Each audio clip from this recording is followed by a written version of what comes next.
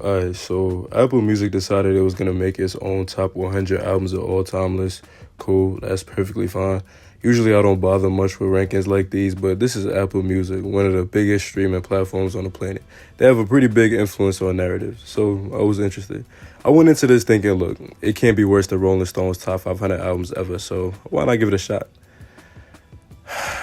Man, before I even continue, I just want to say that To Pimp a Butterfly didn't make it, and that was more than enough for me to throw this entire list in the trash.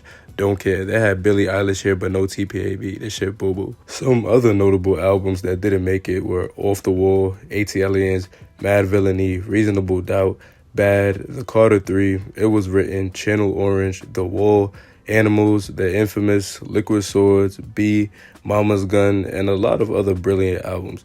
There was no albums from The Roots, who have one of the most consistently brilliant discographies of rap history. None from Wayne either. No Whitney Houston. Can we be serious? Obviously, everybody can't make the list, but when you see some of the albums that did, you'll see why some of these snubs are pretty outrageous. They dropped it over the course of like a week or like 1.5 weeks or something, I guess to keep us in suspense, which was pretty interesting, I'm not gonna lie. Only problem is the placements were so ass that everybody was just waiting to see what the newest ridiculous ranking would be. Let's start from the bottom, no Aubrey. Now, the list didn't start too crazy. Rage Against the Machine could have been higher, but 97 isn't atrocious.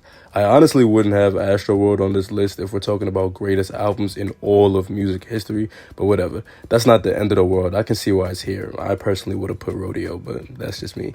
Confessions at 95 is where I raised the eyebrow, especially with Flower Boy 3 spots higher. Flower Boy, my favorite Tyler album, but again, just like Astroworld, I'm not sure if I'd have it on a list of the 100 best albums in all of music history across every genre. I can understand why it's here though, and I definitely think Ego could have got a spot. Still nothing really outrageous though. I do like A Seat at the Table being here. Don't touch my head. Man, that shit tough. They dropped the next 10 albums a day later, and immediately my other eyebrow raised at Back in Black being kinda low. I didn't really like an album like Golden Hour being above it at all, but I continue to give the list the benefit of the doubt. I was fine with My Life's placement, and Doggy Style and Get Rich or Die Trying in the 80s was perfectly fine to me, completely dependent on what was above them. Unfortunately, the next release was when Apple started to lose me. Fuck everything else here. What is SOS even doing on this damn list? Actually, it's not even SZA's best album. I would be way less opposed to this placement if it was Control. And even that being over something like Goodbye Yellow Brick Road or Marshall Mathers LP is a little wild.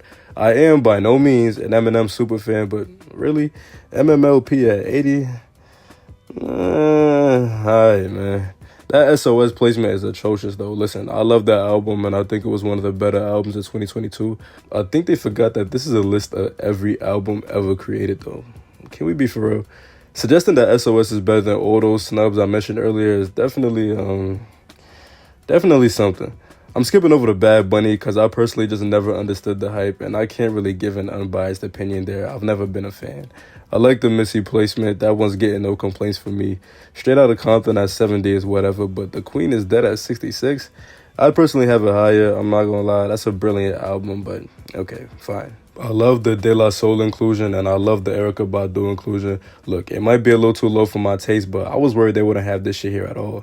Oh my. What? Come on now. All Eyes on Me at 62 might be a little too low for some people, but I'm gonna be so real with y'all right now, I don't mind. This album has never been as good as everybody says, in my opinion, even though Tupac is still one of the greatest rappers ever to me. Don't get your panties in a twist.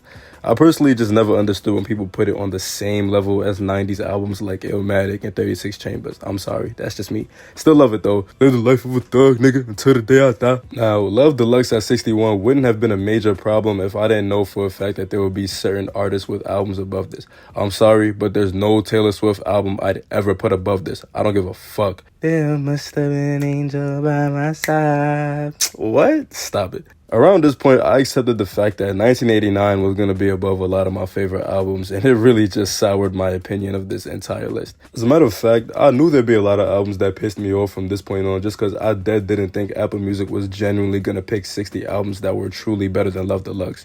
It only took them 2 spots to prove me right, bruh. AM over Love Deluxe. Are we joking? It got worse with Anti at 55. Please, don't jump down my throat, but is there really anybody that thinks Anti deserves to be 40 spots above Confessions and higher than Love Deluxe? Really? I don't even think it should have been above Voodoo, which they had at 57 somehow. Now, Sign of the Times at 51 was one that confused me, because if Sign of the Times is there, that meant Purple Rain is somewhere much higher, which means that contrary to my prior assumption, they weren't doing one album per artist. That made me look at this whole shit wildly different, and you'll see why in a little bit with some of these other head-scratching selections. Take Care at 47 is interesting. Why? Because it's kind of bullshit. I'm so sorry. What is it doing in the top 50? You could genuinely argue that this would be a better placement for a just rap album list. Top 50 in every genre ever. Eesh, that's a little bit of a miss. Definitely Drake's best album though, and this isn't atrocious by any means. I just don't agree with it being this high. It still definitely deserves to be in the top 100, maybe top 75 pretty easily. I don't mind Control at 42, but Aquemini at 41, no. I don't like this for a couple reasons. First and foremost, ATLians didn't make this list at all, and that's bullshit, but I refuse to listen to the opinion that there's 40 albums better than the best Outkast album. Y'all not about to get up here and disrespect my boy 3 Stacks. Go on somewhere, bruh. Hush that puss. Everybody move to the back of the bus. You could argue that there should have been 3 Outkast albums on this list, but I digress. Illmatic at 39 is where I fully stopped taking this list seriously, and I don't think I even have to explain why this is an idiotic placement. They put 3 more rap albums in the next 8 spots above it, and there was like, what, 7, 8, maybe like 9 more rap albums on the list above it overall. You're telling me there's like 8 or 9 better rap albums than Illmatic in the history of hip-hop? Really, nigga? It got even more disgustingly worse the next day when I saw what number 30 was. Billie Eilish. I repeat, Billie Eilish over 36 Chambers, Ready to Die, Illmatic, Aquemini, Love Deluxe, Voodoo, and 65 spots over Confession. Okay, this is where it all became fully unserious, because this shit shouldn't have even been near this list, bruh. I've never seen a more disrespectful ranking. Lower in Theory at 29 is fine, but seeing the number of rap albums they have over Illmatic increase the more the list went on just irritated me. Dark Side of the Moon at 28 is only bad because it's the only Pink Floyd album on this list, which is bullshit. Debate whether it's their best or not if you want, but I think we can all agree it shouldn't be the only one that made it. Dog Fantasy at 26 is bad for the same reason, not because of the placement. I like the placement, but why is it the only Kanye album that made it? No College Dropout is just egregious. I don't mind the Revolver placement at 21, but damn, I don't want to say that. Somebody gonna kill me. Like, I think they should move it down just a tiny bit. I'm not a huge fan of this album. Let me rock though, let me rock. It's just my opinion. Now we're at the top 20, and this is where shit started getting spicy in the worst way possible. Pet Sounds and Chronic at 20 and 19. Okay, whatever, even though Chronic shouldn't be that high. After that though, 1989 finally jump scared me on here, and unsurprisingly, it was absurdly higher than it should have been. I can respect the influence on pop. I can respect the records, I can respect the awards, but saying this album was simply better than a lot of the albums it's ahead of is a bold-faced lie. I want you to sit there with a straight face and tell me Dark Side of the Moon is not a better album than 1989, especially Taylor's version. I don't know what demographic this video finna go to. I'm hoping it don't hit the Swiftie side of the app, because if it do, I'm cooked. I'm just speaking my truth though. Even Marvin Gaye can't believe this shit. He in the next spot talking about what's going on. I don't know either, Marvin. I really don't know, because you should have been top 10 easily. I actually thought they were going to follow in Rolling Stone's footsteps and put it 1.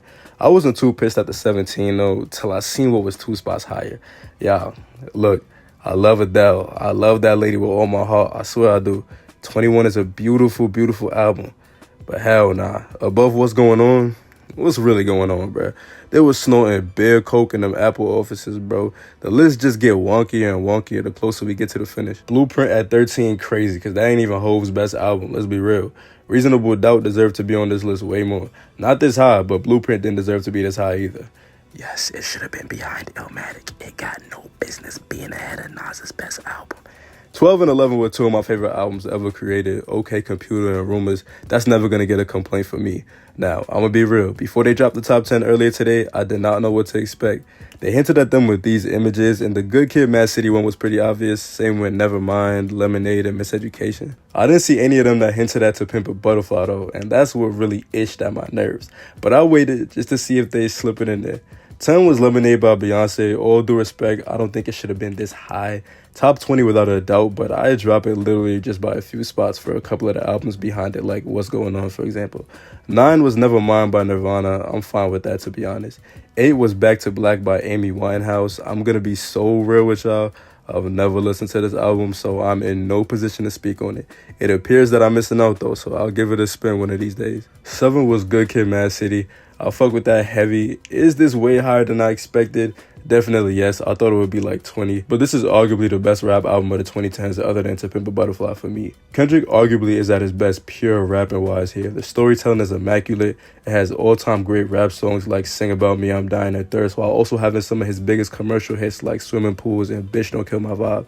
It's got the vibey classics like Money Trees, the pure rapping bangers like Mad City. Come on now, this shit is a legendary album. Martin had a dream. Kendrick had a dream. Songs in the key of life at 6, I'm not mad at it at all. At 5 though, they put Blonde.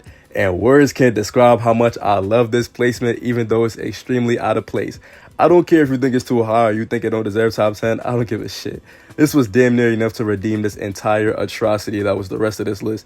That was a joke, by the way. It's not close enough to redeem it.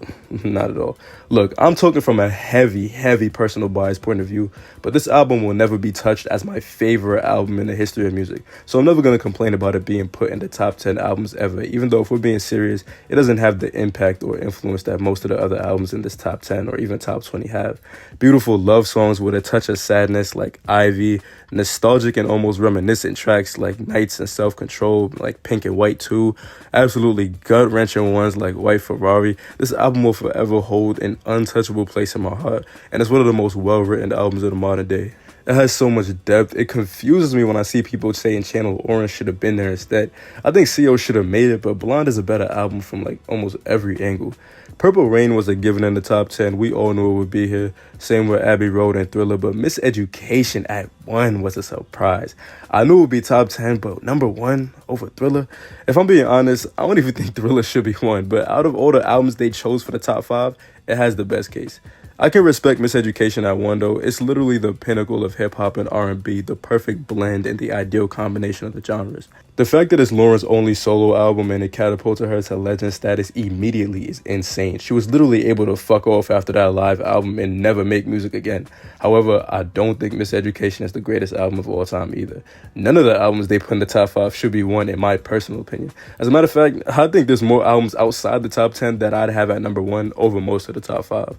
The top 10 is solid though, way better than the rest of the list, which honestly seems like it was put together completely at random sometimes. There's way too many all-time great albums just left off in favor of more recent albums that don't have anywhere near the impact or quality. At the end of the day, how much weight do these streaming platforms and big magazine lists really hold though?